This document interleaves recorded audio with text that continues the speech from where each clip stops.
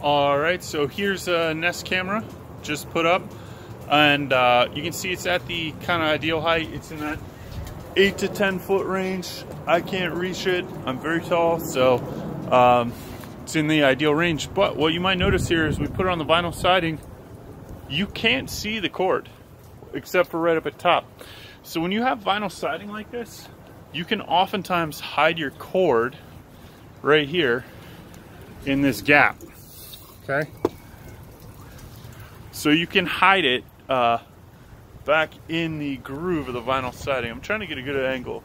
So right where my fingers are, we just tuck the cord in right there, secure it up at the top. We put a fastener right up at the very top where it goes into the vinyl siding. You probably see it right there. And then you go down the vinyl siding, this trim piece, and then secure it down at the bottom. And it's going to hold it nice and tight in there. There's enough tension in between the slats to hide the cord. So we'll get you another view, but that is an ideal height to mount the Nest camera and how you can hide your cord in the vinyl siding.